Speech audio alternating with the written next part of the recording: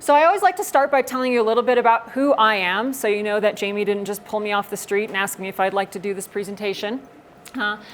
I started in the early aughts my business doing website development and design work, so I know a little bit about that. I then ventured into selling advertising for a knitting magazine, and that sparked my interest in continuing in the craft space. So you'll see a lot of the slides today are designed around craft and examples in fiber and fabric, because later on, in 2009, I started a small niche agency called Stitchcraft Marketing, and we specialize in craft companies. All of my clients are in the fabric or the fiber space, and then I even have a more specialized niche where my specialty is in social media strategy and execution. As Jamie mentioned, I've been an Sbdc consultant since last December, and so I've had the pleasure of meeting lots of new people and talking to them about their businesses. And I happen to live here locally in Colorado, even though I give talks like this all over the country. I've been living in Salida for the last 22 years. This is a photo of my family. Any of you who do know me, you know my daughter Sophie does not look like this anymore. She's 17. So if there's any photographers in the audience, we might talk about helping me update my family photo. So a lot of the content today that I'm going to talk to you about is based on an online course that I developed for my agency called it's called the Magic Wand for Social Media. And it's an 18-course, 5-module program designed to help people really figure out how to do their social media strategy and execution in 30 minutes or less. So you'll see in the layouts and just how I've got it chunked up, it will follow along the online course. And there are 5 modules. And these are the topics that we'll be covering.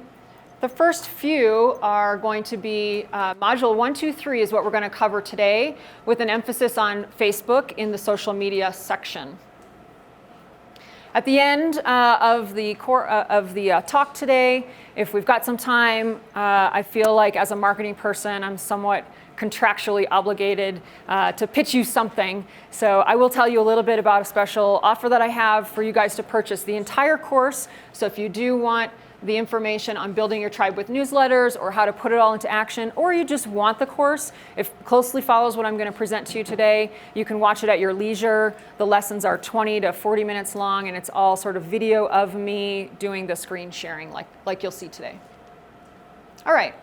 So I want to give you just a really quick overview, like I just showed you the first 3 lessons.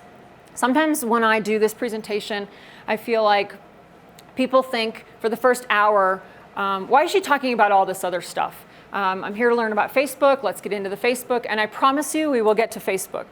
But I feel like a lot of times clients come to me and they start posting on social media without really having a good, solid understanding of some marketing basics. And so I want to share with you, I talked to a couple of people already about what kind of businesses you have, and some of you are newbies or you don't quite have a business yet. And so I think it's really, really important to review some of these fundamentals with you, which will cover what I call the know, like, and trust funnel, understanding who your customer is, knowing how to create compelling content and what kind of content. I'm going to give you a little bit of a primer on Google search and how the algorithm works so that you're not just slapping mud up on the wall with, oh, I think I'm going to talk about this, and then I'm going to talk about that. I want you guys to have more of a cohesive plan to what you're going to be posting about, and so that's why we need to talk about Google. We're going to dip into a little bit about the SEO strategies, how you can identify what your keywords are so that you're choosing the right phrases and keywords when you're sitting down to write content. So that's what all the first part of this talk is going to be about. And so hopefully by the time we jump into Facebook, you guys will be ready with some good, solid foundational strategies so that you can do the posting correctly. All right, so the first concept I like to share is what I call the know, like, and trust funnel.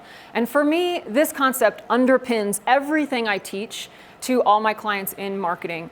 And so I really want, if you have no other takeaway today, I want you to start thinking about how do your customers move through the customer journey when they are interacting with your brand and buying your products. So here's what we're going to learn. I'll give you the introduction to the concept. We'll talk about how to bolster your brand at each stage of the funnel.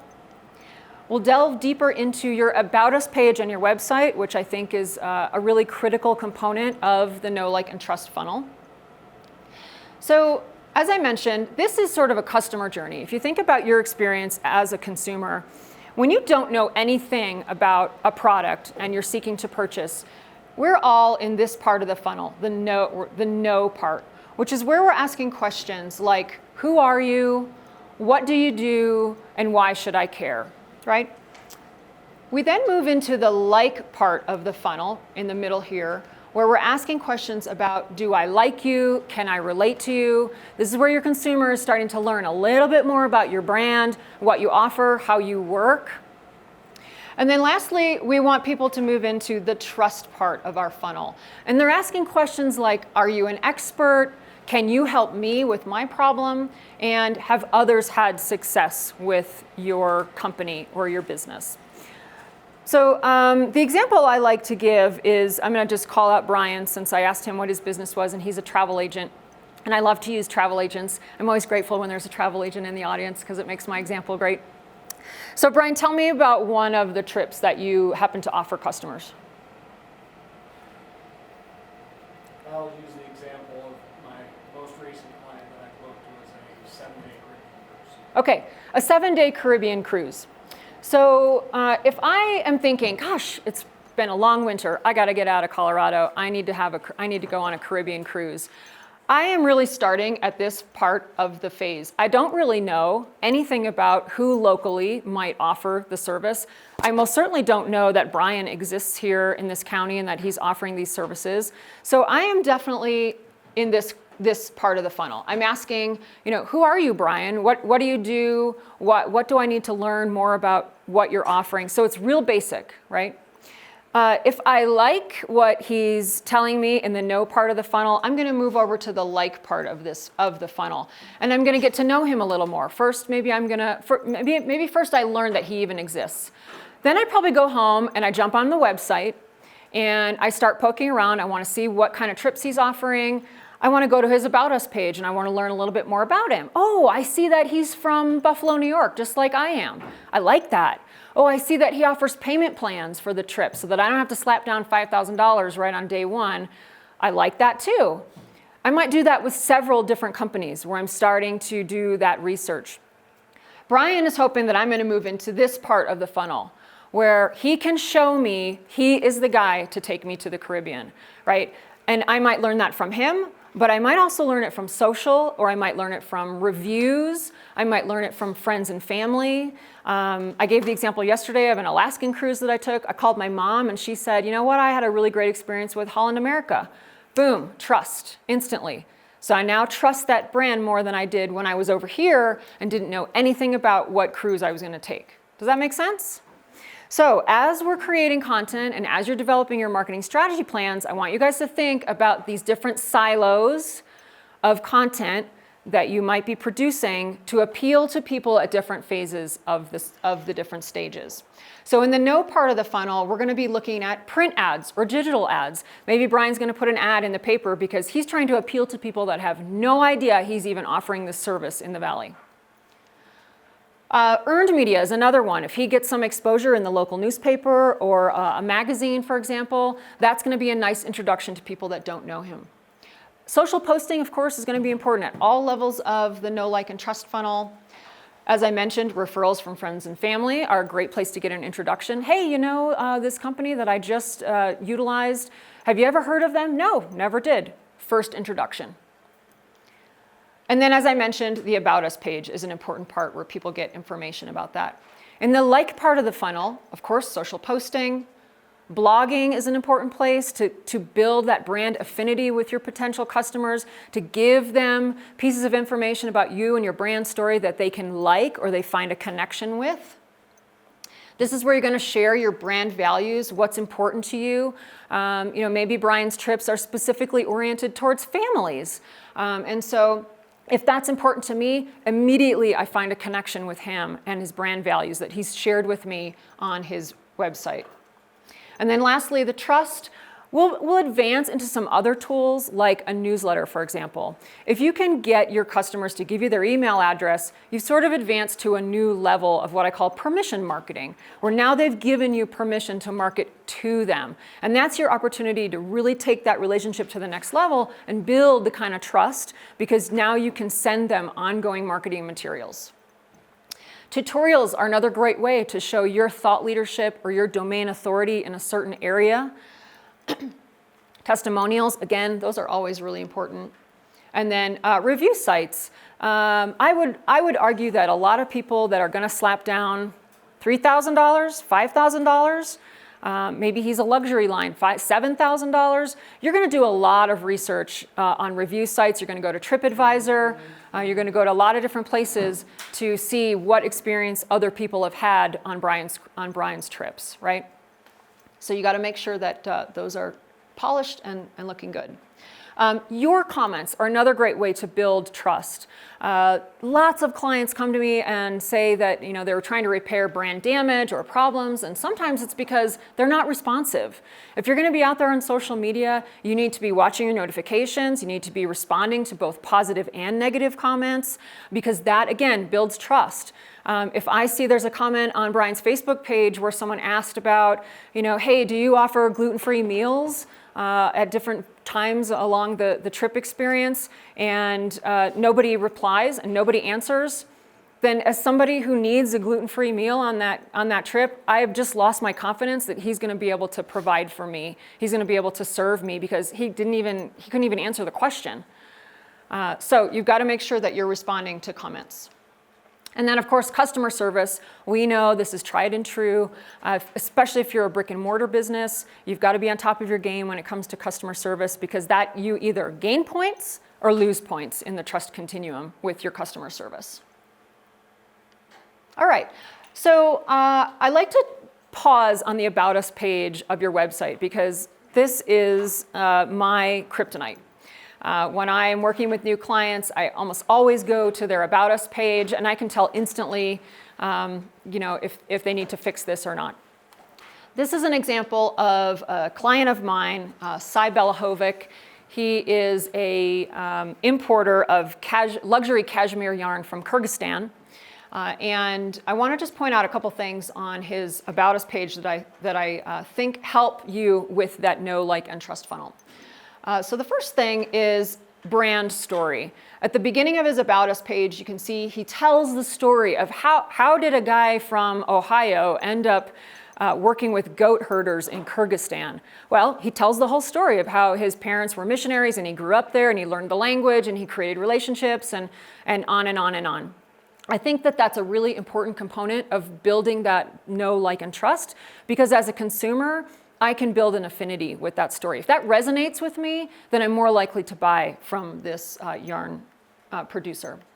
Next, he has a photo of him and his family. They all work in the business. For you guys, I'd love to see a photo of you and your employees. Again, people buy from people they know, like, and trust. So the more that I feel like I know you and I can make a connection with you, and a visual photograph is a great way to get your customers there. And then lastly, I recommend you do something aspirational. And this can sound a little bit tricky, but the example here is, you can't really see it in the back there, but it's a photo of Cy's son playing chess with a goat herder. And again, as a consumer, I want to feel good about my purchase. And so if I see anything on the About Us page that's aspirational, that if I purchase this yarn, oh my gosh, I'm part of this brand story, and look how cute this is, that his son is engaging with this goat herder farmer, it just makes me feel good. So if you have something aspirational about your business that you can include in the About Us page, I highly encourage you to do that. This is another example of a company in Denver. It's called Fancy Tiger. It's a craft store. And a couple of things I want to point out here. Include why you're different or special in your About Us page. What makes you different? Why would I want to buy yarn from you versus another store nearby?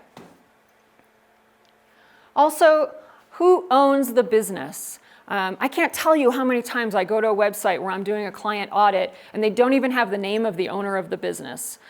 They've got all sorts of stuff. Maybe they've done everything else. The photo of the employees, they talk about their services. Buy from me, it's so great. Well, who are you? I don't even know who you are. So here we have owners Jamie Jennings and Amber Corcoran. Put your full name somewhere on your About Us page of your website. I also encourage you to do photos of your building, especially if you're a brick and mortar place and people need to actually come and find where your location is. We're visual people, so providing that visual is a great shortcut for them. A lot of people put this kind of information on your About Us page. This should not be on your About Us page. Please move your contact information like your phone, your address, the hours of your business to a Contact Us page. Or if it's pertinent, like you want your phone number and your address or the hours on every single page, move it to the footer of your template so that it appears at the bottom of every single page. Please don't put wordy mission statements or wall of text on your About Us page or maps and directions. That should all go over on the Contact Us page. All right, any questions about that? So your homework is to polish up your About Us page. I also want to mention that we do have an Sbdc Facebook group. It's actually, I think it's a business page rather than a group. If you want to just search, I believe it's Central Sbdc, find the Facebook page, and if you'd like, you can post a link to your About Us page on there and I'll take a look at it and give you some feedback. And plus, I just want you guys all to be members of the page. All right. The next concept I want to teach you is the customer avatar. Has anybody heard of this concept? Okay, Steve, great. So the customer avatar is understanding who your customer is. We're also going to talk here in this module about how to identify them. And I'll have you take a few minutes and work through the customer avatar exercise that's in your workbook. Okay. So when we do a customer avatar exercise with our clients, we are really seeking to identify who that ideal customer is. And I want to dig really deep with this. I want to go beyond just demographics because I feel like we can craft marketing messages that go to her hopes and her fears. And hopefully we'll have an example where I'll delve a little bit deeper into that with real examples from you guys. But first, I want to kind of outline what all those 4 quadrants are for my prospective customer. So in the client avatar exercise, I'm going to be looking for things like age, of course, the low-hanging fruit. How old is my customer? What is the socioeconomic class of my customer? Is she college educated? You know, what's the level of education that she's achieved? Is she working? Is she not working? Over in the characteristics area, I want to know, does she have advanced beginner skill? So earlier I told you all my clients are in the fabric and fiber space. So when I'm crafting marketing materials, I really need to know, is she a beginner knitter? Has she never seen yarn and needles? Or is she more of an advanced user? Is she hand dyeing her own yarns in her kitchen, right? There's a big difference between content between those 2 types of skill levels. So I'd really like to know that. I might want to know other characteristics of her, like is health or her health or fitness is important to her. Family comes first for her. I go into the hopes section. Here I'm trying to think about how, what gets her out of bed every morning. What does she hope for? Like she might want a more simple life. She's striving for work-life balance. She wants to contribute in a meaningful way. And then in the pains section, I want to know more about what her pains are because I'm going to be the person that solves those problems for her. So I first need to understand what those pain points are. So for my avatar here, she doesn't have a whole lot of free time. She's budget conscious, and she's not very confident in some of her crafting skills. I also go so far as to actually name my avatar. So in this example, her name is Susan. And I encourage you to think about your most popular or favorite customer. Who's the person that consistently buys artwork from you, for example? Or who's the person that comes, Steve, to every single one of your shows to listen to your music? Think of that name and use that for your customer avatar. All right, so you might be wondering, how in the world am I supposed to identify this? How do I know what the hopes and fears are of the people that are buying from me? And for some people, I will admit, it's not going to be very easy, but there is a way that we can dig a little bit deeper to find out more about Susan. And I'm going to teach you how we kind of do this sleuthing and research for our clients. First, I want to give you a little bit of an overview of where you could start looking. One, of course, is social media posts. Look at comments. I call it sort of stalking and sleuthing. Find out about what people want and who they are. You can look at reviews. You, of course, can meet those people if you're doing shows or you're face-to-face or you have a brick and mortar and they're coming into your shop. And you can ask questions. If you get your customer on the phone or you're corresponding with email, take the time to probe a little bit deeper so you can better understand who that customer is. So I want to give you an example of how we sleuth. This is the Facebook profile of a lady named Janet. And she was commenting positively on one of my clients' posts. She wrote this lengthy, extensive praise for a product. So I thought, well, I want to learn more about who are my evangelistic customers? Who are the ones that are out there praising my products? And who are the most passionate about my client's product? So I jump onto Janet's site. And pretty quickly I can see, or her Facebook page, sorry. Pretty quickly I can see what her age and her gender is. Down here, she's offered up all this information on the Facebook bio section that she's retired. I know that about her.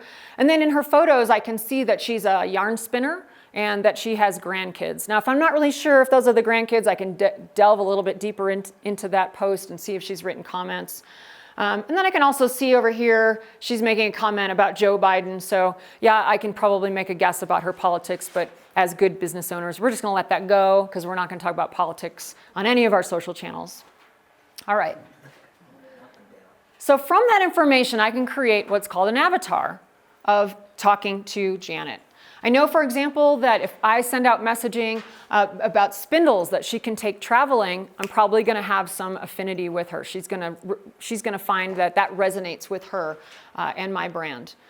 We can talk about making things for the grandkids. We can talk about donating to social causes.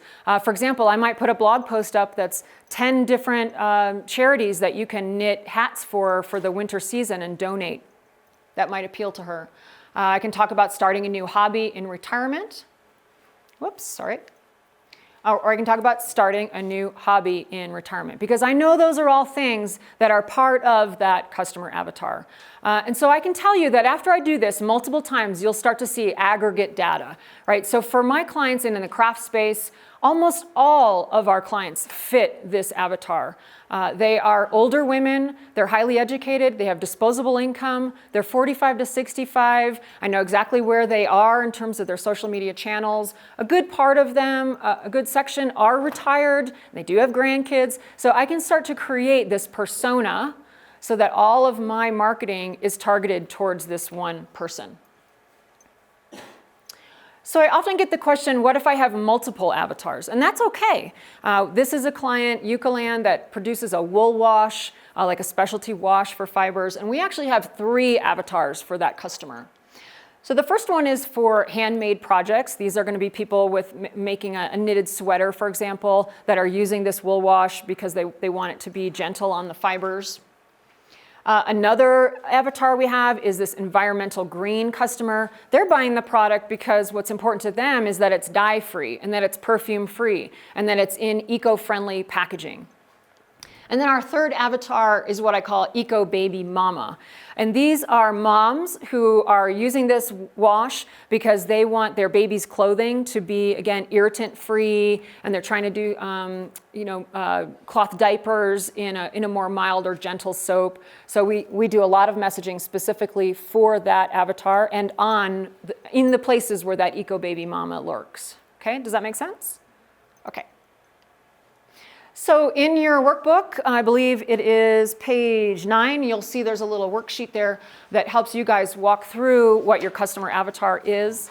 I would say just take a few minutes, and you don't have to know down to the last detail every bit about your avatar, but I want you to kind of begin to sketch out just a little bit about who he or she is, and write in the worksheet there so you can start to formulate that. You'll do some more research later on. Any questions? Okay, so we'll take just about 5 minutes for you guys to work on that worksheet. All right, just because we got a little bit started late, I'm going to jump into the next concept here. I am available to stay a little bit afterwards, so if you need a little bit more guidance or help on the worksheet, I will be available after the talk. So Module 2 Lesson 1 is about Cornerstone and Evergreen Content. And what you'll learn in this lesson is we're going to talk about what Cornerstone content is, understanding how Google indexes your content, how to create a Cornerstone strategy, and then we're going to talk about Evergreen content. All right, and then lastly, I'm going to teach you how to slice and dice your content. I bet there's not a single person in this room who has a plethora of lots of extra time for your marketing, right? One of the most common complaints is, I don't have time for all this. Please don't tell me one more thing I have to do. So I'm always conscientious about helping you guys be efficient with your marketing. And so this last section will help you figure out how you're going to write one piece of Cornerstone content, and then you're going to slice and dice it for all the things that you're doing. So let's just start with a definition. Your cornerstone is going to be an important quality or feature on which a particular thing depends or is based. So when we're talking about content, your cornerstone content is going to be sort of the central topical focus for your business. Visually, it kind of looks like this. So you have your home page, and you might have some general information in your navigation and all that. And once you start getting a little bit deeper into your website, you're going to have some content pieces there. This might be one subject with several little subtopics off of it. This one, another subject with subtopics off of it. But all of that's going to feed back to one general cornerstone theme that you want to be known for. So in the real estate example I just gave you, it's going to be relocating your family to wherever that is. In this particular gal was in Salida, so for Chaffee County was her example. So I want to give you an actual example from a client that we worked with, so maybe you can begin to see a little bit more about how this works. So I want to say something really quickly just about how Google indexes content, because you might be thinking, why? Why do we need to do it this way? So we are moving away from an era of keyword stuffing and meta tags. And inbound links, that was really the formula you needed with Google to be found on search engines. We're now moving into an era where the algorithm has matured, and by algorithm, I had someone ask me, what does that even mean? By algorithm, the algorithm is the methodology that Google uses to determine where your website falls in a search engine result. So number 1, number 2, number 3, those 3 results, those 3 websites are doing different things. And it's sort of a point system, and I'll talk in terms of points a little bit later. But Google will sort of give you points on the board for certain things, which moves you up higher in the search engine result, okay?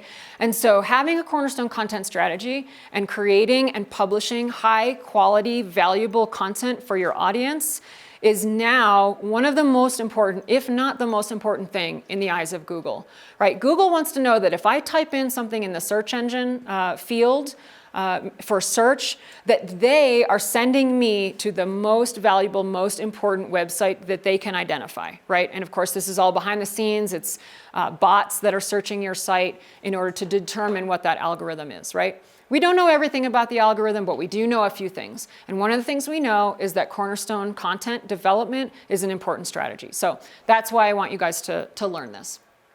So my client is a company that sells products for hand yarn spinners. So one of the larger topics that I'm going to talk about is spinning equipment. And we're going to create articles that support spinning equipment, which supports the cornerstone theme of yarn spinning. So my articles are going to be about best wheels for beginners, a review of drum carders, and then why would I want to use a jumbo flyer. Next, my other leg of the stool is going to be intro to spinning for knitters. And my sub-articles are going to be about best fibers for beginning spinners, 10 projects for 2-ounce skeins, and spindles for portable spinning. And then my third main topic is going to be spinning techniques. And my articles are going to be about S versus Z twist, 10 spinning facts, and Navajo plying. And I know lots of you are probably thinking right now, wow, I can't wait to get home and learn more about yarn spinning, because it's so interesting. So I apologize for some of the jargon. Again, this is for clients that are in the craft space, but you guys can all probably extrapolate what these topics are gonna be for your business. We're gonna talk more about how do you actually identify what those are for your business, and I can definitely help you brainstorm if you're struggling with that. Yep, question in the back. Just real quick question. Sure. Is this more for websites or Facebook? No, this is gonna be more for websites, Okay. but if you hold tight, we're gonna get to the slicing and dicing, where I'm gonna teach you, once you've created all this content, you're gonna be able to take all of these articles and you will not have to reinvent the wheel when you get to Facebook. You're gonna have all of that content laid out and ready to go. So you're just doing boom, boom, boom, and it all supports links back to your website, which is gonna help you with your domain authority, and hopefully you'll be able to rise in the search engine results and get more traffic to your site, right? Because that's where the conversions are gonna happen, hopefully. All right. So how do you create your strategy? You're gonna choose 3 to 5 main keywords that you wanna rank for, and we're gonna talk a little bit more about how to determine those keywords later in the talk. You're gonna determine a cornerstone topic for each of those keywords. You're gonna write 1 article for each of those topics, and then create several subtopics if you can. And then you're gonna link back to the Cornerstone content from all your other posts and blogs, including social. So again, back to this example, if you're gonna have a post on Facebook about the top 10 ways to donate to charity knitting, that's gonna link back to the article that you wrote, which lives on your website. All right. Evergreen content is kind of a piece of Cornerstone. I want you guys to be mindful of Evergreen as you're creating your Cornerstone strategy, because I believe that Evergreen is a better method for writing your content. And Evergreen just means that it's something that stands the test of time. It's not going to be something that has a short life on the internet. So let me give you 2 examples. I can write an article about how to organize your fabric or yarn stash, and I can write an article about the roundup of best craft books for 2020. And I think a lot of people would argue that this is the better topic. Let's have something timely. Let's have something that gets a lot of good traffic to our website right away. And I'm gonna make the case to you that Evergreen content is really the better way to go, because this one is always going to be a problem. My customers are always going to be on the internet searching for ways to better organize what their yarn stash is. And fewer people are going to be coming back again and again to view this article on craft books for 2020, because that content becomes outdated a lot more quickly. So we actually did a little comparison of these 2 articles, and I want to show you what the data looks like. So for our article on the 2020 craft books, we published it on November 9th, and we got a really quick little spike of traffic that you can see here. And then it kind of tapered off, nothing, not much. People kind of lost interest, right? And with my other article on how to manage your yarn stash, we launched here, and you can see kind of crickets. People didn't really, pound down the gates to get to that kind of content. But what I want to point out to you is what happens afterwards. You can see how over time I'm getting more traffic, more and more and more, to where this is peaking pretty much where this one was, and it's staying up in that area, right? So this is what's called the long tail. And I want you guys to be thinking about your content strategy in terms of how can you create more long tail content? Because you're busy, I know you've got other things to do with your business. You don't want to stay on this treadmill or this hamster wheel of having to constantly be creating this short-term content. You want to go for this kind of content where you can build a library over time of content that is constantly driving traffic back to your website, right? Because we know your website is where the sales are going to happen. Does that make sense? Okay. The other great thing about Cornerstone and Evergreen content is that you can slice and dice it a lot of different ways. So I'll give you an example of this topic, the importance of keeping your sewing machine maintained. So if I just have determined that that is going to be one of my Cornerstone topics, one of the legs of the stool, I can get 2 blog posts out of that content. I can do a part 1 and a part 2. I can do 3 to 5 video clips on YouTube. I can do a guest podcast episode, or if you have your own show, you can do a topic on that. You can get 5 tweets summarizing the main points of the blog or the article. I can get 3 Facebook posts out of that. I can probably convert that into a press release to submit to a publication for a printed article. I'll create 3 visual graphics, 3 Pinterest graphics. I might be brave and do a Facebook Live show that's talking about the different points. I can show on video exactly how to take out the bobbin and clean it with my air gun. I can do a lead magnet. And for those of you that aren't familiar with the vocabulary, a lead magnet would be like a PDF ebook, for example, which gives me the added benefit of putting it on my website behind a gate. It's called gated content. So if I've compiled all these little parts 1 and part 2 and part 3, now I'm offering it to you. If you give me your email address, you'll get the free PDF download. And now, remember earlier, I'm in the trust part of that funnel because I've got your email address. I've got permission to mark it back to you. And again, remember, that's where we want people. So some of this content can be repurposed into gated content. And then for a bonus, you can do a LinkedIn article, you can do a webinar, you can make a print ad. So from that one session of writing an article on keeping your sewing machine maintained, I have 28 different pieces of content that now I can use in my strategy. I think that's going to save you a lot of time. All right. So in your workbook, you do have a little cheat sheet that shows you all the different ways that you can slice and dice your content. And for your take action item, I'd like you to come up with that keyword list so that you can begin thinking about your Cornerstone content. Tie it back to your customer avatar. Make sure we're marketing to the kinds of people that we want. So again, just going back to that real estate example, if you're going to create a customer avatar where you're going to be the expert for families relocating to Chaffee County, your Cornerstone content is going to be about subject areas in there. The best neighborhoods that are closest to the best schools, or lists of other services that support children. I'd have to think a little bit deeper about it for all of your specific businesses, but that kind of gives you a general idea. And then write down one Cornerstone idea, and then you've got that sheet in your workbook. I would like for you to maybe circle 1 or 2 or 3 of those different slice and dice methods that I recommended. Of course, not everybody is going to be doing all of them. You can pick and choose. I always like to say, it's not going to be the introvert that's jumping into Facebook Live right away. But if you see something on the list that you're like, I can do this. I can do 3 Facebook posts. I can create 5 Pinterest graphics. Then you'll be better poised when you're ready to jump in. And then I'll give you guys just another 5-minute break to work on that before we jump into visual content. Okay, so let's jump into visual content. In this lesson, what you'll learn is why do you need visuals in your marketing materials. We're going to explore different types of visual content. I'm going to teach you how to do it quickly and easily, and then, of course, being consistent with your visuals. So we know that that our brain processes visuals 60,000 times faster than text.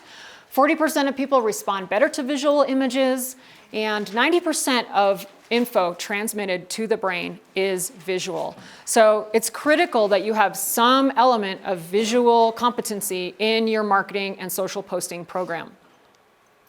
So I'm going to do a quick overview of the different types of visuals that we use so that hopefully you can find something that appeals to you that you can integrate into your marketing program. So of course there's photography, video and live video, memes, infographics, charts and graphs, and call-out quotes. I'm going to go through these individually. So the first one is photography. There's a lot of places that you can get photo assets. This is a screenshot of Adobe Stock, which you can buy one-off photographs, or you can buy a package or a subscription where you're paying a certain fee and you get a certain amount of high-quality licensed photographs that you can use in your social and your marketing program. If you don't want to pay for it, you can also explore Flickr, where you can do a search for photographs that are free for you to use under the Creative Commons license. And I always encourage you to check out what the license is of the image that you're using. You don't want to be that person out on the internet that says, oh, cute puppy picture, I'm going to grab that for my dog training business. Because then you're in violation of copyright law, and you're stealing the talent of folks that have spent a lot of hard-earned time creating video or photography to put those assets out there. So utilize some of those either paid or the free services that way. Of course, you can also hire somebody to do photography. I do know some local connections, so touch base with me if you need some recommendations on local photographers. We always recommend that you do lifestyle photographs for your business also. I want you to strive to take better product and lifestyle photos for your website and all your social efforts. Think about lighting and location. Use real models whenever possible. And I love this example. This is a client that came to us with this knitted garment. This was kind of the photos that he was putting out on the internet, and we said, no. That does not appeal to my customer avatar. If we remember, we go back to identifying her and what's important to her. This is where those two quadrants of hopes and fears come in. I want photographs that really appeal to her hope. One of her hopes is, I want to look like that. I want to be that free-spirited young lady that has the time to meander down by the lake. And oh, by the way, I need this beautiful sweater because it's just part of the story that I'm telling myself about this brand and this product, right? So you can hopefully see the difference between a lifestyle photo, this one, and something static, which really doesn't inspire like this one does. If you feel like you don't have it in you to do models or lifestyle photography, you can do something called flat lay photography. And flat lay is where you take your products and you lay them all out and do an overhead shot of your products or your brand. I'll show you a couple of examples here that we've done for clients. You can see it's sort of a style that you've probably noticed on Instagram, super popular. This one is the earlier client that I referenced, Eucalan, where we just did a layout of the bottle of the soap and then some lingerie and some inspirational magazines. And as you can see, I mean, it's not absolutely perfect. There's some highlights in here that we could have edited out, and there's some shadows and so on. You don't have to be absolutely perfect doing this. You just have to do it, right? And I often get people say, well, I don't know. I mean, my business is dog training. What do I do a flat? I don't know how to do that.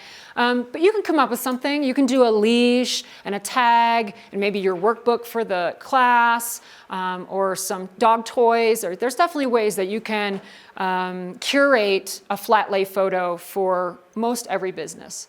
Maybe not the storage unit lady that we were talking about earlier, but there are definitely some creative ways that you can do flat lay. Video is another great medium that I recommend highly. We know that more than 500 million hours of video are watched on YouTube each day.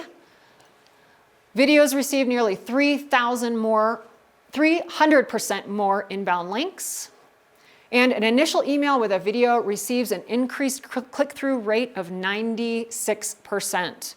So I'm always harping on this. Video, video, video. If you have not dabbled with video and you're struggling with building your audience, this is going to be a way to get you to the front of the line as quickly as possible. This is an example of just a quick video that I did at a trade show. My friend Christy Glass was like, hey, come up to my hotel room and let's just do this quick video. And I was like, okay, no makeup, my hair looks awful, but I did it. And within a couple of weeks, we had over 2,000 views of that video. So again, it's just a really great way that you can get a lot of eyeballs on your content really quickly. I also recommend, if you're like, yeah, video, great idea. If I can talk you into it, I'd like you all to do live video. A couple of examples here. This one is one of my clients, Pokey Bolton. Pokey has an event every January. It's called Craft Napa. And she had the idea of jumping on and doing live video at different periodic points during the event for all the people that wanted to go but couldn't because they had small kids at home. They couldn't afford it, whatever. She's trying to create this FOMO, right? Fear of missing out, by showing you little snippets of all the cool, fun things that she was doing at the event. And maybe, you never know, if she's nurturing those customers in other ways, those are the people that are going to come next year because they saw little things, little snippets of what they were missing out on these videos. And I also like to point out, this isn't very polished. If you look, she's got stuff in the background. She's looking a little disheveled. She doesn't have a green screen and a makeup artist and all. This is very accessible to you. People do not expect that you're going to be a movie star on your Facebook Live videos. This is another great example I always reference, which is Dunkin' Donuts. They do fabulous things with video and live video. And I also like to point out that they don't always have people in the video. Sometimes they're just doing, like I've seen a video of them doing their new employee onboarding, or they're going back into the kitchen to show how the donuts are made. A lot of that content is super interesting to people, and you don't have to be the star of the show. I firmly believe that if you are the owner of the business and you're the brand and you are what they are selling, like if I'm going on a trip with Brian, I want to see Brian, right? If we're doing classes with dog training and you're going to be working with my dog, I want to see you. I want to gain trust with you. Remember our know, like, and trust funnel. So the more that you can be front and center with your video, the faster you're going to move your clients through that know, like, and trust funnel. And then lastly, this is a client, Vicky Howell, who does a series. Every single Monday, she does a program called Ask Me Mondays. And she jumps on for 15 minutes, and she's showcasing new products, new yarns. She's talking about new books. And she has created such an amazing following with this Ask Me Mondays. She gets a ton of traffic on her Facebook page, lots of engagement. She's also even taken it to the level where now she's getting sponsorship money from the companies that she's representing on the video. Right? So some of you guys might think about how you can make more money that way too. If you get a big enough audience going, I don't know, you can do whatever your guitar is or your instrument with that manufacturer or the local guitar shop or there's a lot of different ways that you can take this to the next level. Memes are another cute visual graphic idea. Memes are something where you're combining humor with a great photograph. I'll show you some examples we've done for Stitchcraft marketing. As you can see with these memes, they're all very similar in terms of layout and style. We like to have puppies and kitties and cute animals, and then we use the same fonts and caps, and we're always watermarking, same logo. And a lot of people ask me, like, well, why are you putting like goat pictures up for your marketing company? And one of the reasons is because, again, two reasons. We're trying to create that nice, warm, fuzzy feeling with people in our part of the know, like, and trust funnel. We want them to feel like we're approachable, we're the kind of agency they could work with. But also on the Facebook algorithm side, anytime you're going to get a like, a click, or a share, or a comment, that's an engagement. So I want to throw up content once in a while that's just purely for the purpose of getting people to engage with my content. So if I ask a question, do you like this one or that one, or isn't this cute, or I know it's Monday, this is a great way to start off, what do you think? I might be more likely to get that engagement by putting up memes. Infographics are another great way that you can put out visual content. This example here is for our client Brown Sheep, and we did for the holidays this holiday movie playlist where we came up with a list of all the holiday movies you could watch, which equaled the amount of time it would take to knit something. So if you wanted to do one hat, you'd turn on White Christmas. At the end of that movie, you'd be done with your hat. And I heard a couple giggles in the room, and that's exactly what it was designed to do. It was just make you smile, make you feel like knitting was great, or you wanted to buy that kit from that client. And so it just kind of created a nice, warm, fuzzy feel. These are infographics, and some of you might have an opportunity to put those together. It looks really advanced and complicated, but I'm going to show you really how it works, that we design them super easily, really quickly. And so if you're somebody like over here, who was the mortgage mortgage person, you might put up an infographic like this one of, the top 5 questions that I get for people that are trying to get into a brand new mortgage. And again, it's visual. I can super easily and quickly, boom, boom, boom, boom, consume that content without having to read a whole blog post or a wall of text conveying the same information.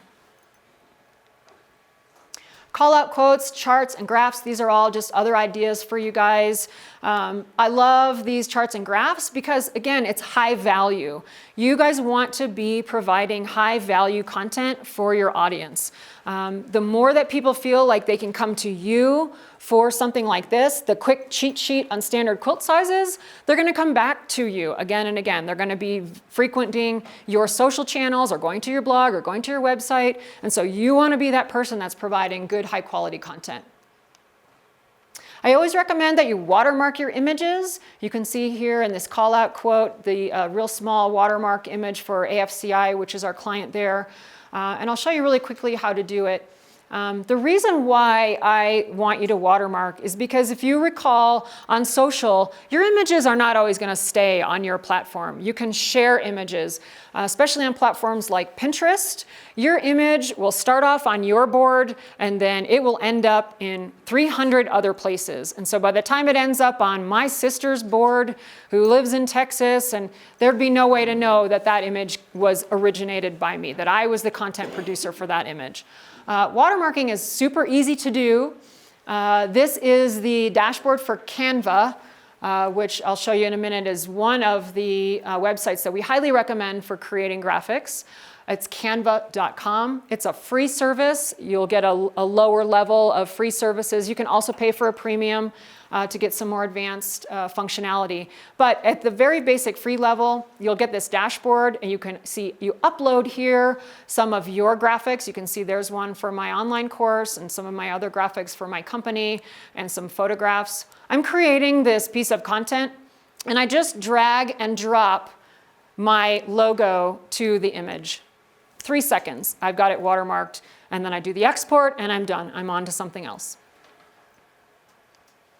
What is the name of that again? I'm sorry. It's Canva, canva.com. It should be in your workbook. It's blurry. Oh, it is? Okay, sorry about that. canva.com. Next, I recommend that you do contiguous graphic themes. If you recall back to my visual slide, we know that the brain processes visual information, but also very, very quickly. Do any of you have teenagers? Nobody has a teenager? You do. Okay. I always like to do this example. If you saw my teenager Sophie scrolling through her Instagram account, you would be frightened because just like that, so fast, really quick. I'm like, how do you even see what it is you're looking at? I see, Mom. I see, Mom. This is how she's seeing it because she's working with brands and people that sometimes will put up the exact same image for all of their graphics. So as she's scrolling, boom, when it clicks on Pearl Soho, she stops if she's interested in that brand or she wants to see it. The brain immediately tells her, this is something I've seen before. And so you guys want to be creating your content in a contiguous graphic approach so that your customers will recognize that when you only have 1 second of their attention, right?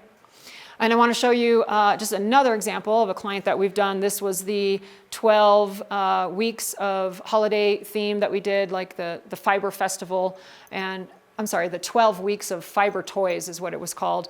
And so for every week, we did a new product with some similar themes. Same W with the number, the same red background, the same Christmas lights, so that the customers who were following that, when they saw it in their feed, they were like, oh, this is this week's fiber offering. And they immediately recognized that. So here's some more tools for you to create graphics. Canva.com is the one that we use the most. Infogram, PictoChart, Adobe Stock, and 99 Designs. And then I can also help you find contractors if you're interested. I've also given you a style guide in your worksheet. I recommend that you put this together to help you with being consistent with your brand. You want to be using the same logo, the same colors, the same spacing issues. If you've got specific layout considerations, put that all in a style sheet so that you have it for reference. And then also if you have employees, so that when they're going out on social, they have guidelines so that they're doing it all consistently for your brand. You do also have in your workbook a cheat sheet for graphic sizes. If you want, you can keep that at your desk so you know when you're designing graphics that they're all going to be the right pixel count. Also, I'll mention if you're using Canva, it does have a drop down of template choices. You can go in there and say, I'm going to design a Facebook post, get the whole thing designed, and then they have this little magic changer where you can say, now I want it to be an Instagram post. Now I want it to be a Pinterest post. And it automatically will resize it to the specific dimensions that you need for that channel. Great little handy tip.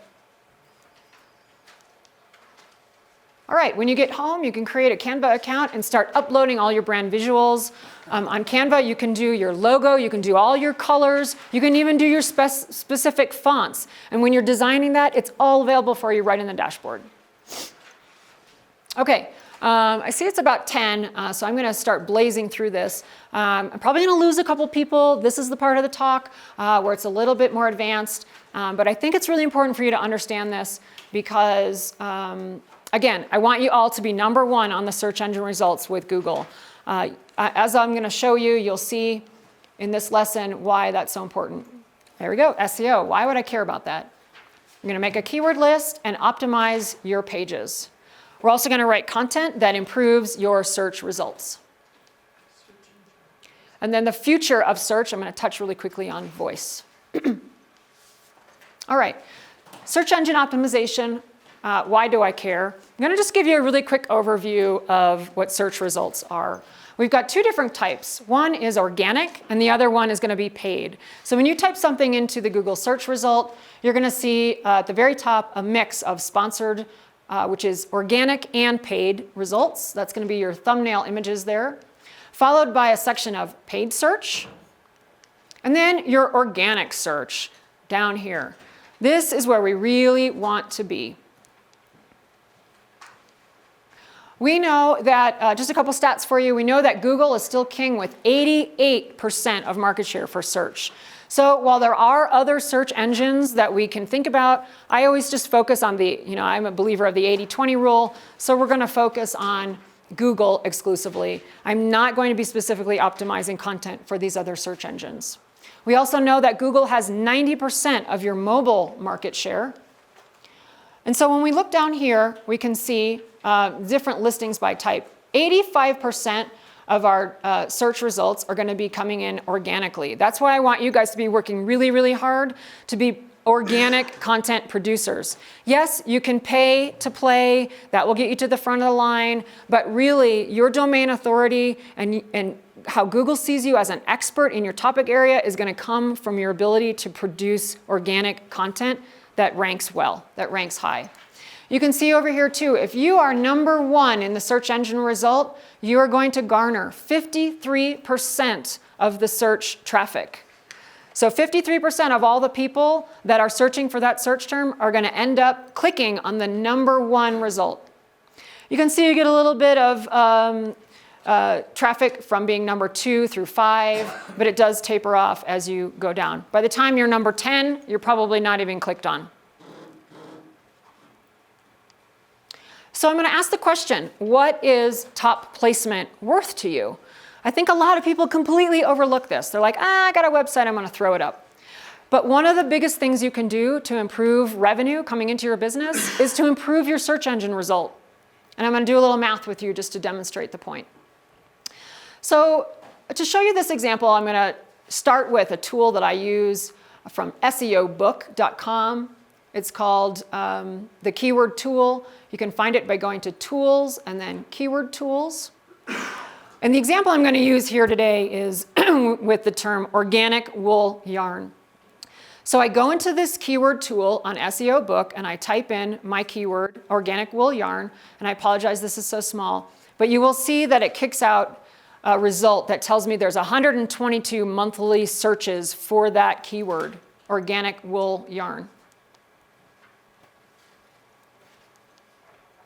So if I do some quick math, I can see that with 122 searches, if I am garnering 53% of the traffic, I will get an average of, well, about 64.44 new customers coming to my website. If I happen to be a yarn retailer and I'm selling a skein of yarn for $22 and I happen to, that's my average price, I can do the math and quickly see that I can bring in $1,422 in sales just because I'm number one on the search engine result. And I always like to point out that I'm using the example of $22, and I know everybody in this room would love another $1,500 in their bank account. But what if we're talking about somebody like Brian who's selling a $5,000 Caribbean cruise? That math becomes really compelling really quickly, especially if you can narrow down what those keywords are and you can be a domain authority or a specialist for something regional, right? Like the dog training. If you can be the #1 search result for dog trainers and fair play, I can promise that's going to line your pockets. So how do we do that? Well, first we're going to make a validated keyword list. I get a lot of clients that come to me and they're like, well, yeah, I want to be #1 for yarn. I want to sell yarn. That's not the keyword that I want you to use, and I'm going to show you why. So again, going back to our little tool at SEO Book that you guys are all going to download as a free tool, I can see that there are 2,667 monthly searches for wool yarn. So I'm going to think, wow, maybe that's a good keyword. I'm going to test that keyword because it's got a lot of people searching for that term. So I take that keyword and I jump over to Google and I type in wool yarn. And I see right here, there's 104 million results. Oh gosh, I can't compete with that. All right, next. What if I do superwash wool yarn? A little bit more niche of a keyword. Well, I'm back to the search that shows 1,780,000 results. Still way too much. My rule of thumb is anything over 1 million is eliminated from consideration. You want to go with something smaller. So now I'm going to go with organic superwash wool yarn as my keyword. And I see that there's 296,000 results. Bingo. Perfect, sweet spot keyword phrase that I'm going to hone in on when I'm creating that evergreen and that cornerstone content and I'm trying to get more traffic to my site. Okay, another little side note here. Sometimes I recommend that you create a baseline spreadsheet. I'll just fly through this real quickly since we're short on time. What I do is enter in all those keywords that I've identified. I start with a baseline ranking with a date. Well, how did I rank for that keyword on that date? Then I go in and I do all the little tips and tricks that I'm going to share with you right now to optimize that page. And then I'm going to follow that out over the weeks. I usually go out 8 weeks. And a lot of times I can actually see my search rankings improving because I've optimized the pages and I'm starting to write more and more content that I'm publishing. Because then Google is like, wow, this lady really knows what she's talking about when it comes to yarn spinning. So she's a domain authority. So Google says, we're going to raise her ranking. We're going to put her higher and higher in the search engine results. And boom, I've got $1,500 a month in my pocket. Does that make sense? Okay. So let's kind of break it down. This is an example of that search that we just talked about. And you can see the organic superwash yarn is the phrase that we're using. Yarn.com here is the domain name for the #1 search result. It's pretty hard to compete with yarn.com for your business. And I can tell you that this particular company, which is Webs, they have dominated because they got this great domain name back in the double aughts, and they've just ridden that wave ever since. That's probably the #1 business decision they ever made. That was just so fantastic. Next, we've got the word in our title tags, organic yarn. We've got it in our description down here.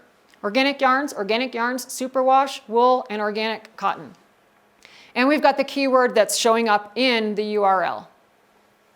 Okay? So you want to choose a domain name with your keywords in it after you've made that keyword list.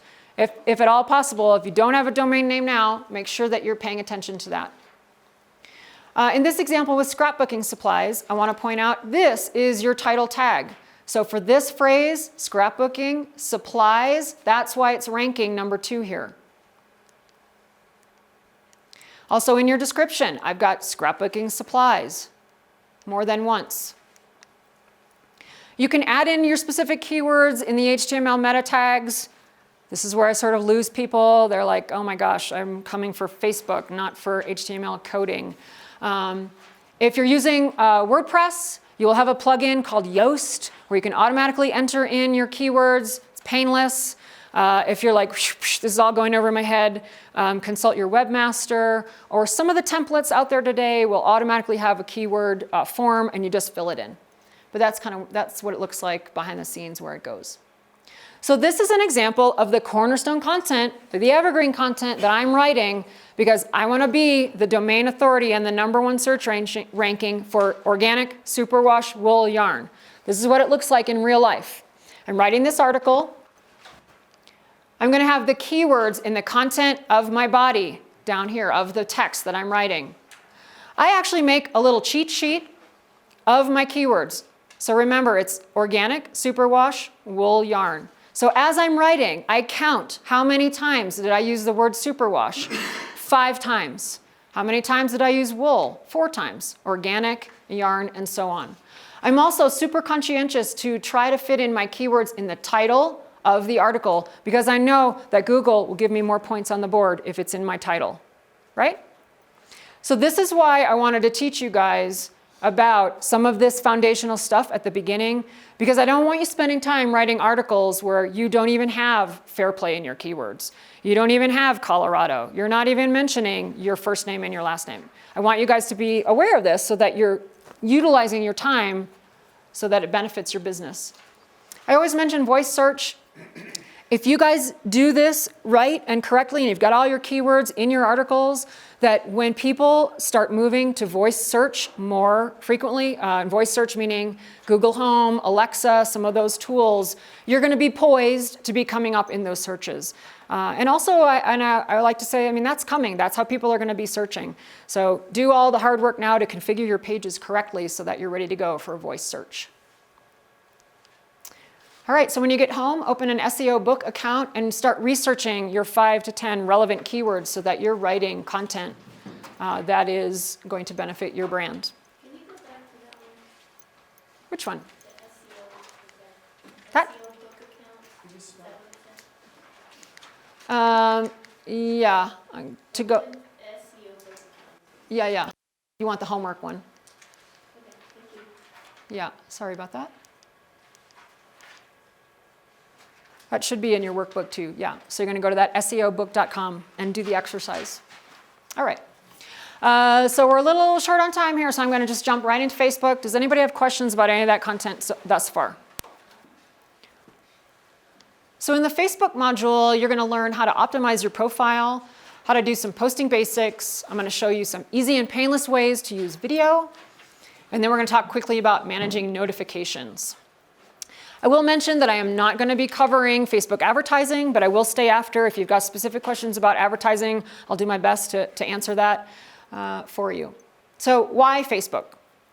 We know that Facebook has 2 billion active users. And I like to go over these statistics because these are for all the folks in the audience that are like, well, my customers aren't really on Facebook. And I would argue, yes, they are. Not only are they on Facebook, they are in every age demographic across the board. I would say if you are marketing to 11 to 16-year-olds, I might give you a pass because I might send you over to Instagram. But for everybody else, your customers are on Facebook. So let's quickly talk about the difference between a brand page and a personal profile. A personal profile is going to be one, everybody needs a personal profile in order to have a brand page, first of all. But your personal profile is the one where you are allowing friends to see your content. You have to give friends permission to see your content. But a business page is one that is open and readily available to the public. You set that page up through your personal page, through your personal account, And it allows you to post content about your brand. I will say that if you are, there's always somebody in the audience that's using their personal page for posting on about their company. That is, in fact, against Facebook terms of service, and you will be subject to being shut down or having some other consequences. And plus, it's just not cool to spam your friends with all your business stuff. So I recommend you keep those separate. Have your personal stuff where you're talking about your puppies and your grandchildren and the latest vacation, and use your brand page to talk about events that are coming up or new products that you're releasing and so on. I might also mention that you can have a group for those of you that might have a nonprofit organization or something that justifies a group. That's another great way that you can set up your page with Facebook. And there are different notification rules with groups and so on. If you want more information about how you can set up a group, you can talk to me afterwards. The other great thing about having a branded business page on Facebook is that you will have access to what's called Facebook Insights. And this is going to be your behind-the-scenes statistics that's going to inform your knowledge about who your customer avatar is, right? Remember, we're always trying to refine that and know exactly who it is we're speaking to. Your Facebook Insights are going to be an incredible place to do that. We all know that maybe to a fault, Facebook is collecting unbelievable types and quantities of data. Well, this is where you can benefit. All right, so I'm going to quickly just walk you through when you have a brand page, where you can optimize that. You can see on the far left here, this is where you're going to click. It's kind of hard to see on the slide, but it's a little icon of a camera where you're going to upload your profile photo. Make sure that it fits within the space. So many of the folks that I work with, their thumbnail is cut off. Same thing with their header image. If your thumbnail is cut off, that is immediately sending a message to your customer about the kind of brand and business that you are. Remember, everything you're putting out there is representing your brand, just like we talked about. So take the time to make sure that you're referencing the little cheat sheet that I gave you, or go to one of those platforms where it automatically configures it for you to get the sizing correct on your thumbnail. Same thing here with your header image. You can go ahead and change that right here with the little camera icon. Canva, as I mentioned earlier, is a great platform. You just choose in the drop-down Facebook header and go ahead and start designing, and it's automatically pre-configured to the correct size.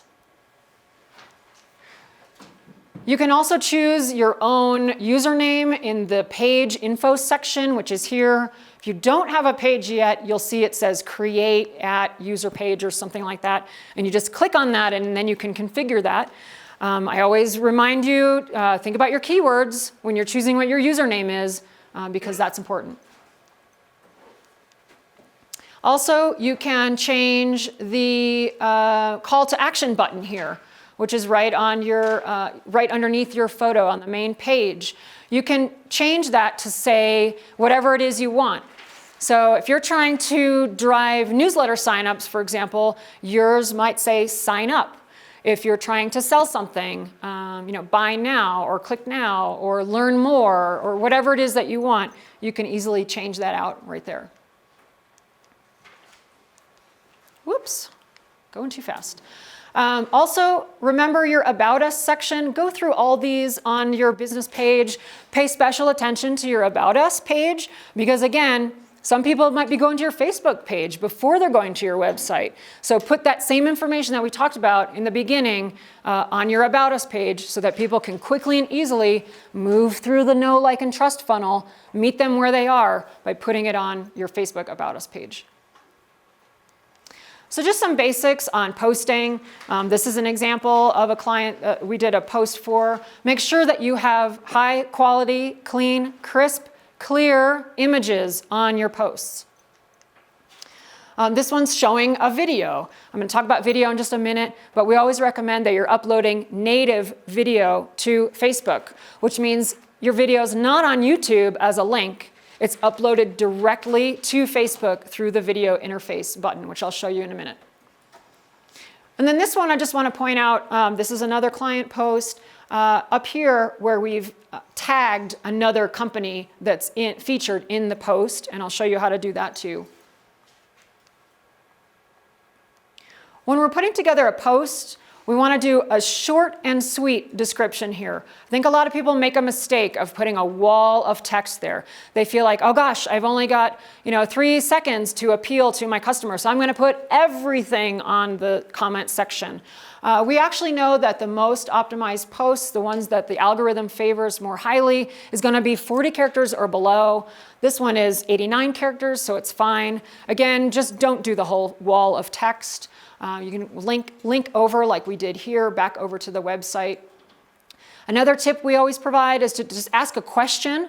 Remember, we're trying to get engagement, so we want people to comment, we want them to share, we want them to like. And sometimes the right question can really prompt someone to jump down to the comment section and actually type something in. And then you can provide a direct link to your blog post with the tutorial. This post is actually a tutorial. So we want to give them the full tutorial with all the descriptions and all the photographs over on our website. Because again, when we're thinking about being that domain authority, we want people to be coming to our website and viewing that content, because then it shows Google people are liking that content. They're visiting and we're getting links and points on the board, and that's going to raise our status with the Google algorithm and make us rank higher in the search result, which is what we're going after. Earlier I mentioned how we @replied, right here. It's called tagging. Another company, when you begin to type something in the field, it should give you a little drop down of intuitive choices, what Facebook thinks you're intending. And here it is matched up. We were going to @reply Craft Industry Alliance. So you can go ahead and utilize that tool for tagging somebody. And if you don't know, when you tag another brand or person or whatever on Facebook, it's going to appear on their side of the wall. So for Craft Industry Alliance, they're going to see that we tagged them, and that gives them the opportunity to then comment or like. And again, that's great for us for the Facebook algorithm.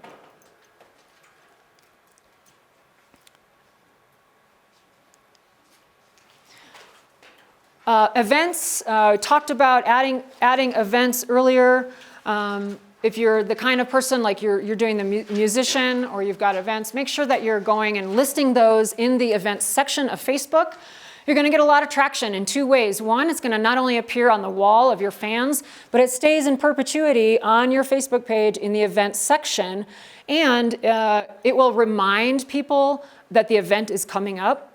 So on let's say that, was it Randall that was doing the musician. You have a concert coming up, and I see that on my page. I have the choice of attending, interested, going, not going, interested. So let's say I choose interested, that as Randall's date gets closer, Facebook will then remind me of that event, which might mean that I'm going to show up and pay him my fees to listen to his music because I saw it on Facebook.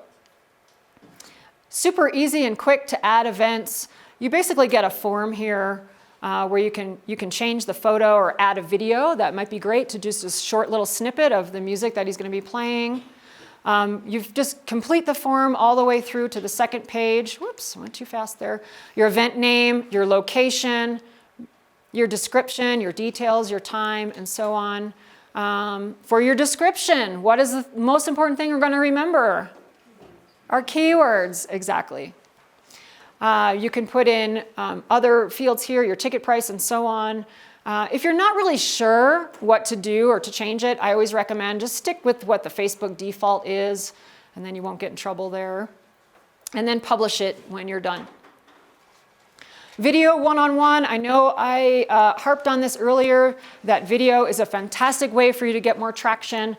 This is where you share a photo or video in Facebook. Super easy to upload that video. I often get questions about how long video should be. Remember, we don't have a lot of attention of our customers. So if you can get your message across in 3 minutes or less, I highly recommend that you stick with shorter. If you've got a video like Jamie did with her storytelling series where it's running into 40 minutes to an hour, that's going to be probably best served on a platform like YouTube, and then you'll do your inbound marketing back to that video from your social channels. So here again, it's just another form You're going to be able to write something about it in your description, making sure you're using your keywords and tagging people or companies where appropriate, your title, your tags. Tags is going to be where your keywords goes. You can also add a thumbnail. I like to mention slideshows. A lot of people are like, oh gosh, not ready for video. Is there something else I can do? Well, yes, there is. It's called a slideshow. You're going to navigate to it in the same place where you go to share a photo or video. Down here, you'll see create slideshow as an option. If you can pull out 3 to 10 of those beautiful photographs that you took, either the flat lay or you took the time to hire that model like I recommended, this is a great place for that. Create a 3 to 5 photo slideshow with the pertinent information in there, and boom, you're uploading and you're in the game. I also like to point out with slideshows, sometimes those are great because some people don't like audio. You know, when you're scrolling down on the wall and then something just kind of jumps out at you, the video starts to play or it's blaring, or, you know, there's just some people that would prefer silence. And so the slideshow is a great way to do an audio-free promo of something that's still visual and moving. I mentioned earlier the Ask Me Monday series. This is utilizing Facebook Live. You do have a Facebook Live guide in your workbook that kind of gives you our best practices on how to do it. I know that it takes a lot of courage to be able to get in front of a camera, but hopefully that Facebook Live guide will help walk you through some of the harder components of that. But as you can see here, her videos were only, you know, pretty short, 15, 20 minutes. And I will say she had earned that permission to broadcast a video that was that long. Her audience was expecting a little bit longer form videos because she had worked up to that. But I highly encourage you to think about a serial series of video utilizing the live platform. Ideas for live videos, new arrivals or unboxing. If you're a brick and mortar store and you're bringing in a shipment of products, we do this with our yarn retailers a lot. Everybody wants to see what the unboxing is. Events or hosts that you attend, you can do something on site. I'll just mention, like at the TNNA trade show that I go to, there are people that do live video. For other people that can't be at the trade show, they're showcasing what all their new yarns are so that the shop owners that couldn't make it to the trade show, if they see something they like on site, they can still place an order. And again, they feel like they're there participating. You can do Q&A with fans. People are always saying, well, I don't get Q&A for fans. Well, you do know what your customers are most curious about. You know what the top 10 questions are for new puppy owners, for example. And so you just create that. Well, this week I've got the top 10 questions about new puppy owners, and I'm going to go through them today on my Facebook Live video. So you make up what those Q&A questions are. Behind the scenes peeks. I love behind the scenes. Maybe I'm crazy, I'm one of the only ones, but I kind of doubt it. Everybody wants to see how the sausage is made.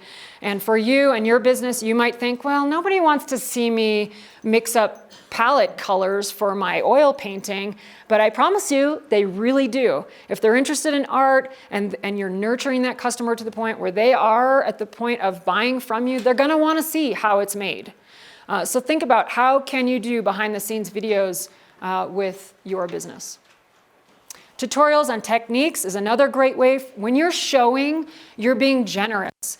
Generosity marketing goes so far with creating that likability and that trust factor that we're going for. So the more that you can be helpful, the more that you can teach, the more that you can share through tutorials is going to be a great boon for your customer base.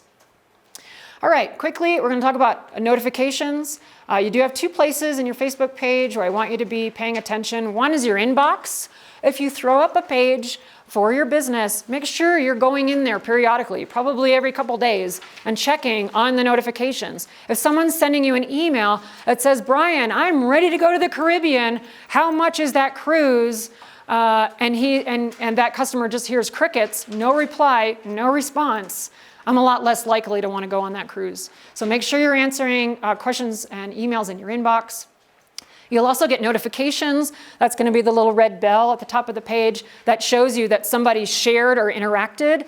Again, you want to be paying attention to those, because if someone comments on something that says, oh my gosh, I love this new fabric, when is it going to be available? You want to be Johnny on the spot and tell them it's going to be in the store next week, and you can place orders by going to www.mystore.com, and you'll capture that sale. If you are ignoring your customers and you're not replying, then you're losing points in that trust bucket, right? I always like to make a point too here about negative comments. Sometimes I get feedback from people that are like, oh my gosh, someone jumped on my Facebook page and they said that this hospital is the worst hospital ever in the world and don't go there because you're going to die. I'm going to delete that, right? I want to delete those comments. No, I am of the opinion that negative feedback can benefit your business. I always recommend this book by Jay Baer. It's called Hug Your Haters, and it's all about how to embrace negative feedback and comments on your website for the benefit of your business. This is an opportunity for you to give that customer service and to show you can solve problems and to gain that trust back. And I always say comment immediately on negative feedback. Don't let it fester. Don't let it go too long. If you are deleting those comments, I promise those people, we live in an age of call-out culture. Those people are going to come back to you. It might not be on your Facebook page, but it'll be over on Instagram, or it'll be a comment in your blog, or it'll be all the people in their circle that they're going to tell that you did a terrible job with that customer service. So face up to it and comment back and deal with negative comments. All right. Lots of extras for this section that should be in your workbook. As I mentioned, the Facebook Live document that you can get a hold of. I also have a social media polishing checklist, which shows you all the kind of things you need to go through if you already have a Facebook page. Just kind of where to look and check and make sure that everything's correct on your page. And then the social media graphics cheat sheet that I mentioned earlier. All right, so we'd love to see you polish up your Facebook business page. Like I said, go ahead and post on our business page if you'd like, with a link so we can take a look and check it out. I know we're just wrapping up now, so I came in on time. And just want to share with you the rest of the modules for that video series if you'd like. As you can see today, we covered module 1 and 2 all the way through here to Facebook. But I do include Pinterest and Instagram. I have a whole section on building your tribe with newsletters. We talk about lead generators, autoresponders, segmenting your customer base, and then how do you pull it all together and put it into action. We talk about managing your time. We give you our spreadsheet for how do you compartmentalize all the things you need to do in social media. And so if you're interested, we also have bonus materials for Instagram stories and live and growing your newsletter list. It's delivered similarly to what I've given you today, short, bite-sized pieces, 20 to 40-minute lessons that you can view at your leisure. And I do have an Sbdc workshop pricing of $249. It's good only through Sunday. The coupon is Sbdc, and it expires on Sunday. Normally, it's $799. And I do have a money-back guarantee. It's about 6 hours total of content, including what I've delivered to you this morning. So tried to jam it all in 2 hours, but the rest of it is 6 hours total. And you can find it at my website, stitchcraftmarketing.com/online course. I will also mention, like I did earlier, our agency is providing Facebook posting services for clients in the area, and I believe Jamie has a flyer that has a little bit more information. So if you've gone through the talk, I appreciate all your attention, and you're thinking, oh my gosh, no way I can do this. Then grab a sheet and we can talk about your specific business. I will be here for a few minutes to take questions, but here would be next steps. I'll also mention, I don't know if Jamie did earlier, but Sbdc does offer consulting services in our central region. I believe there's 5 of us that you can register to work with, and that is free for you. All you would need to do is go to the website, which is centralsbdc.org, and you fill out the little form there that you do want free consulting, and then you can choose, I believe you can choose who you want to work with. Like I said, I'm a specialist in social media and marketing, but we have other counselors that can help you with your business plan, with branding, with your financials. So I encourage you all, this is a free service that you guys can take advantage of to help your business